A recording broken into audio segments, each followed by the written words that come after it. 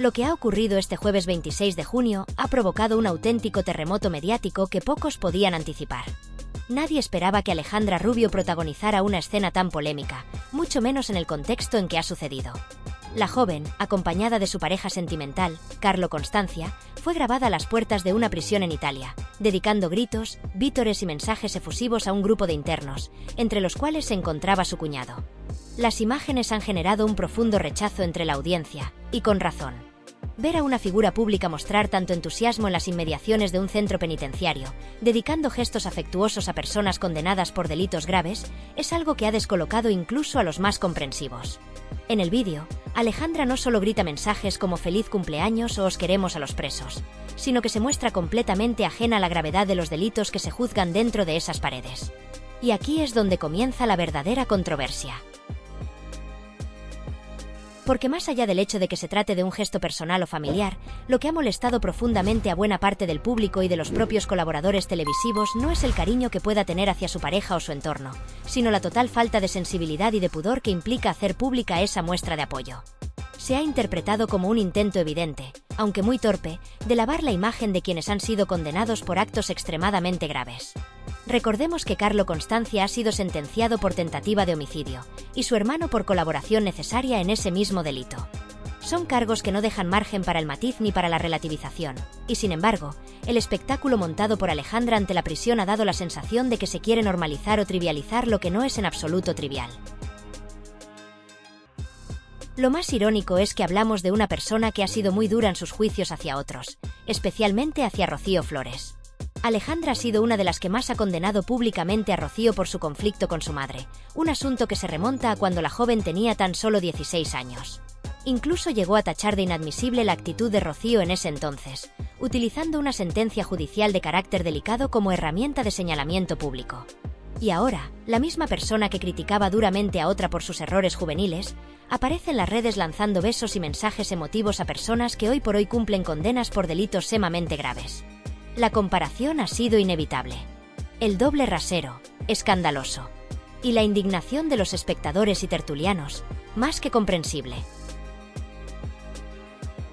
Durante la emisión del programa en el que se abordó este tema, las reacciones no se hicieron esperar. El presentador, visiblemente irritado por la situación, fue directo con sus palabras. Alejandra, ubícate. Si vienes aquí pensando que estás en territorio enemigo, estás equivocada. Este plató te ha tratado con respeto desde el primer día, pero si tú decides subir un vídeo así a tus redes sociales, no puedes escandalizarte cuando se te pregunte al respecto. Esa es tu responsabilidad. Lo que pretendía ser una intervención crítica se convirtió en una llamada de atención rotunda, que fue respaldada por la mayoría de los colaboradores. Muchos coincidieron en que no se puede pedir empatía o comprensión cuando tus propios actos lanzan un mensaje tan peligroso y frívolo como el que hemos visto esta semana. La sociedad tiene derecho a escandalizarse cuando una figura pública actúa de forma irresponsable, y más aún cuando esas acciones son difundidas voluntariamente en redes sociales, con total falta de conciencia de las repercusiones que puede tener. Durante la emisión del programa, y a medida que se desarrollaba el debate, fueron emergiendo múltiples argumentos y reflexiones que no solo merecen atención, sino una revisión profunda por parte de quienes siguen este tipo de contenidos y también por parte de aquellos que participan activamente en ellos. Entre todas las ideas que circularon a lo largo de la tertulia, hubo una que resonó con particular fuerza por su contundencia y por la carga de verdad que arrastra. Aquellas personas que han decidido vivir de la televisión, de los platós, de las exclusivas, de las entrevistas pactadas y de la constante exposición de su vida privada, no pueden luego pretender resguardarse en el derecho a la intimidad cuando la misma atención mediática que antes alimentaban se vuelve en su contra o deja de estar bajo su control. Este doble juego entre lo público y lo privado, esta frontera difusa que tantas veces se manipula a conveniencia, es uno de los grandes males del ecosistema mediático actual. Porque cuando se construye una carrera entera en base a abrir las puertas del hogar, a mostrar la cotidianidad en prime time, a compartir vínculos, romances, rupturas, nacimientos y pérdidas, no es posible luego cerrar esa puerta y exigir silencio. No se puede convertir cada detalle de la vida en contenido, en espectáculo, en mercancía, y después escandalizarse porque la opinión pública quiera participar del debate, o incluso cuestionar la moralidad de determinadas decisiones. La notoriedad, como bien se sabe, no es gratuita. Y mucho menos lo es cuando ha sido cuidadosamente buscada, construida y rentabilizada. Lo sucedido recientemente con Alejandra Rubio no solo se inscribe en esta lógica, sino que la lleva a uno de sus extremos más incómodos. En medio de una sociedad cada vez más sensible ante la violencia, más comprometida con el papel de la justicia, y más crítica con el privilegio de ciertos nombres y apellidos, resulta especialmente provocador que una figura pública decida publicar un vídeo en el que muestra alegría, complicidad y entusiasmo ante la salida de prisión de alguien condenado por un delito violento. No es simplemente una muestra de afecto hacia un ser querido.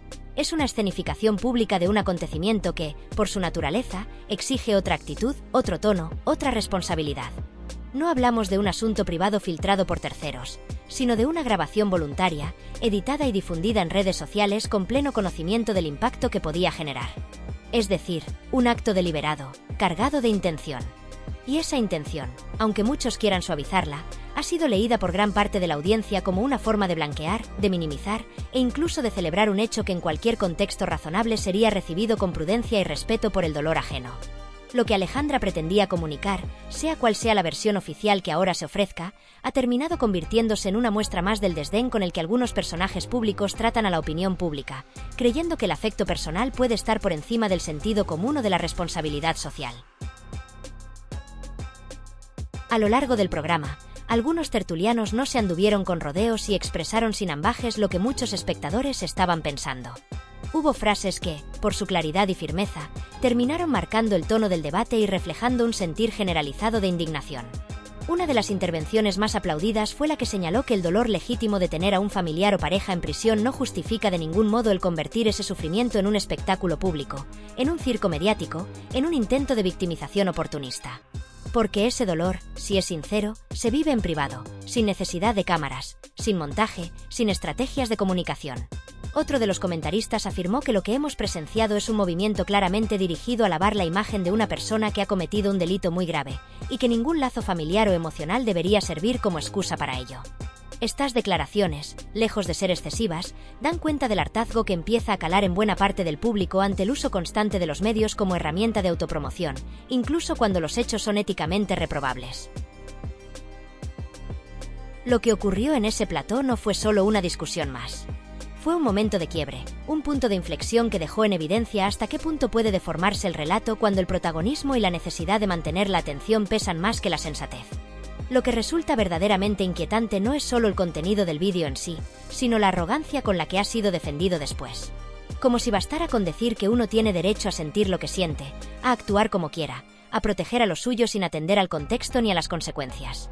Pero lo cierto es que cuando uno ha hecho del juicio público su herramienta habitual, cuando se ha pronunciado con dureza sobre otros casos, cuando se ha colocado a sí misma como una figura moralmente superior, pierde toda legitimidad al actuar de forma contradictoria en su propia vida. Y eso es exactamente lo que ha ocurrido con Alejandra.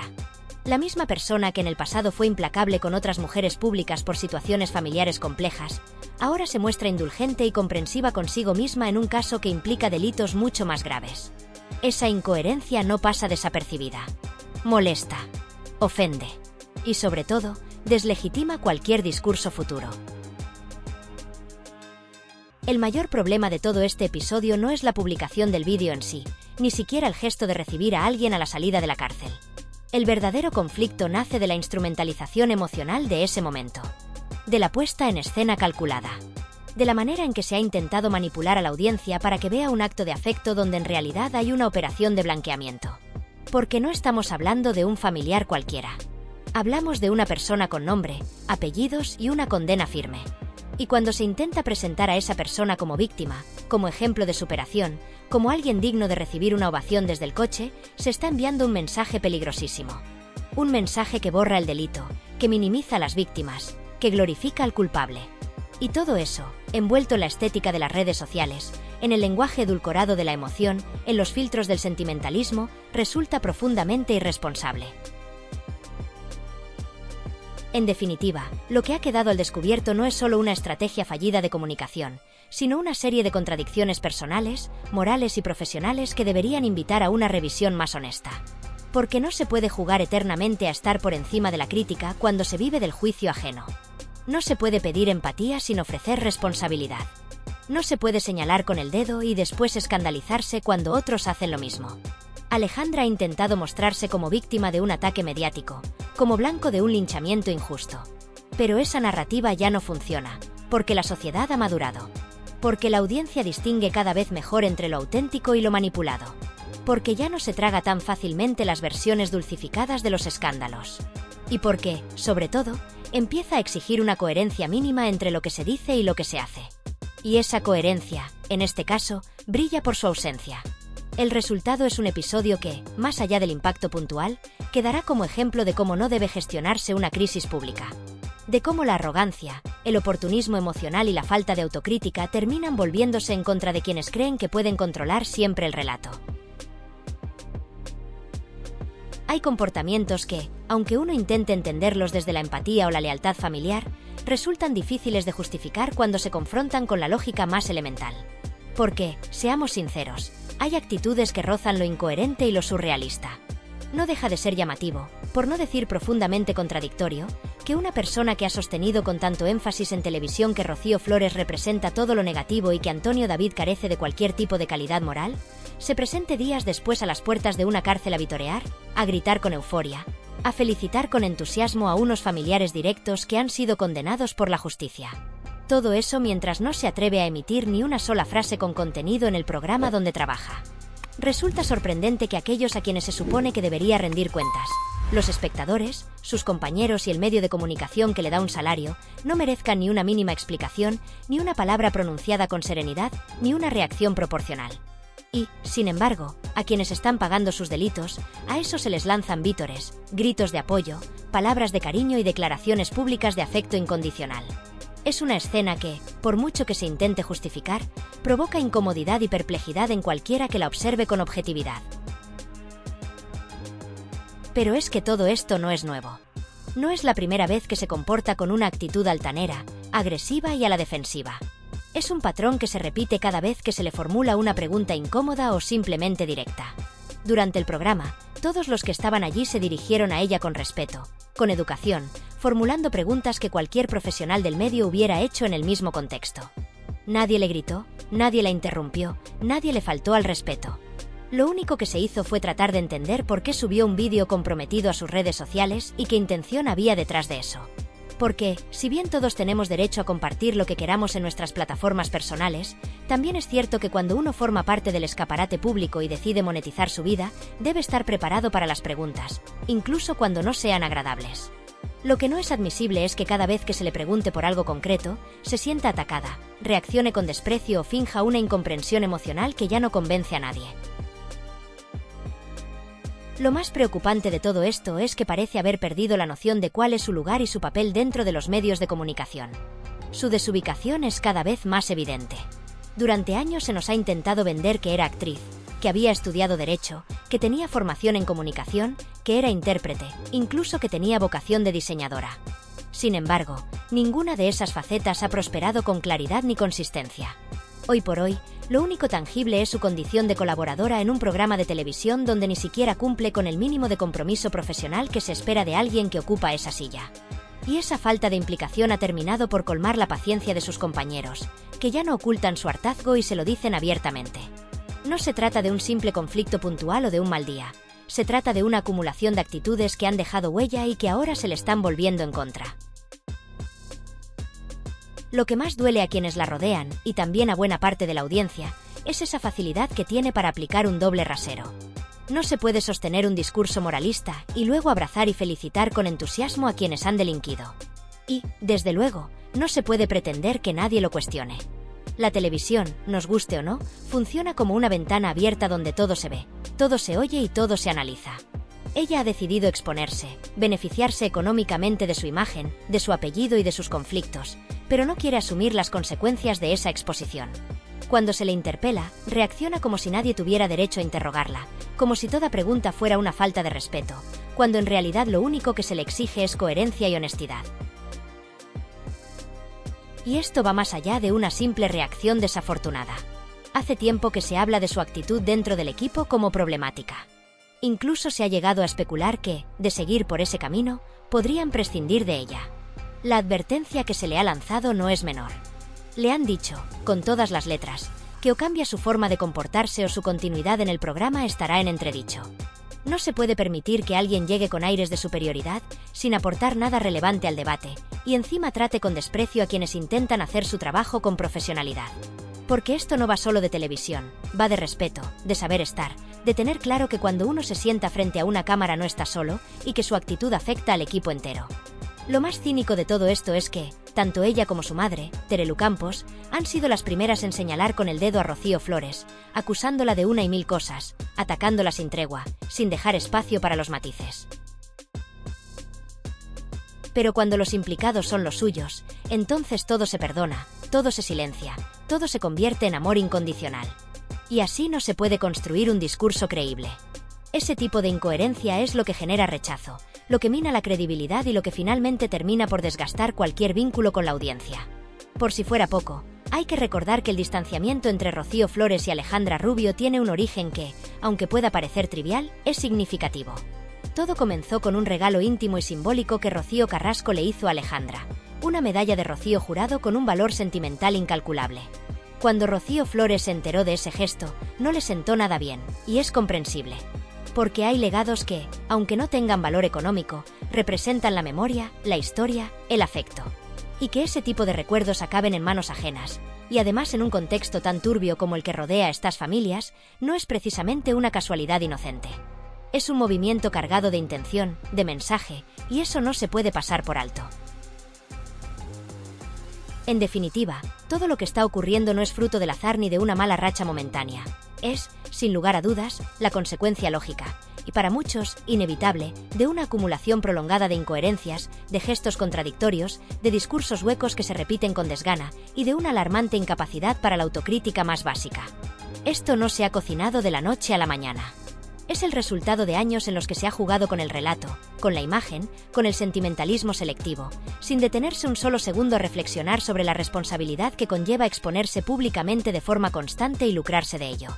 Porque sí, no se puede vivir del escaparate mediático y al mismo tiempo comportarse como si uno estuviera exento del más mínimo escrutinio. Lo que hemos presenciado en estos últimos días no se reduce, como algunos pretenden hacer ver, a una simple salida de tono o a un calentón verbal producto del estrés o del cansancio. No. Lo que hemos visto es, ni más ni menos, la manifestación superficial de un problema estructural que va mucho más allá de un mal momento. Es la punta de un iceberg que lleva tiempo formándose bajo la superficie, invisible a ojos de quienes no querían mirar, pero evidente para todos los que, desde hace meses, observaban una deriva que solo podía acabar en colisión. Este último episodio ha dejado algo claro. El programa en el que colabora, y del que, en teoría, forma parte activa, ha llegado a un punto de saturación.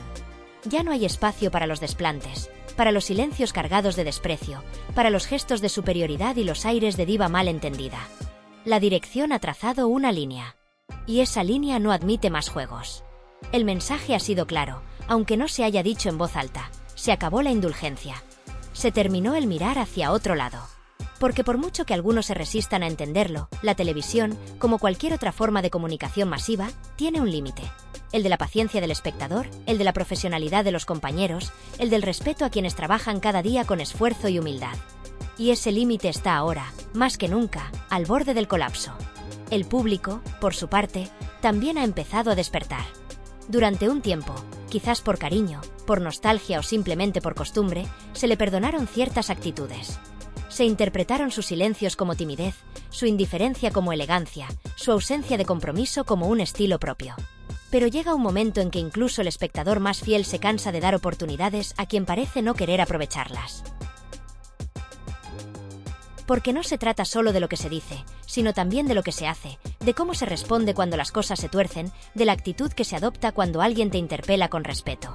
Y si cada vez que surge una pregunta incómoda la reacción es una mezcla de arrogancia, victimismo y desprecio, no hay relato que lo sostenga. No hay narrativa que lo salve. Y lo más revelador de todo este panorama es el cambio de actitud en su entorno más cercano. Aquellos que hasta hace poco la defendían a capa y espada, justificando lo injustificable, suavizando sus errores y blindándola frente a cualquier crítica, han empezado, de forma discreta pero notoria, a retirarle su apoyo. No con palabras explícitas, quizás, pero sí con gestos, con silencios, con cambios de tono. Ya no hay esa complicidad automática. Ya no existe ese escudo protector que antes parecía invulnerable. Ahora lo que se percibe es distancia, prevención y, en algunos casos, hasta decepción. En este contexto, queda una única salida: la rectificación. Aún podría reconducir su actitud, asumir sus errores, que son muchos y evidentes, y tratar de recuperar el respeto que ha ido perdiendo poco a poco, a golpe de desprecio, de altanería y de incoherencia. Pero para hacerlo, necesitaría algo que hasta ahora ha demostrado no tener: voluntad real de cambio. Porque una cosa es pedir perdón desde la superficie, con frases aprendidas y lágrimas ensayadas, y otra muy distinta es hacer un ejercicio sincero de introspección, aceptar las críticas sin ponerse a la defensiva, y mostrarse con la humildad de quien sabe que no está por encima de nadie. Claro que también puede que no lo haga.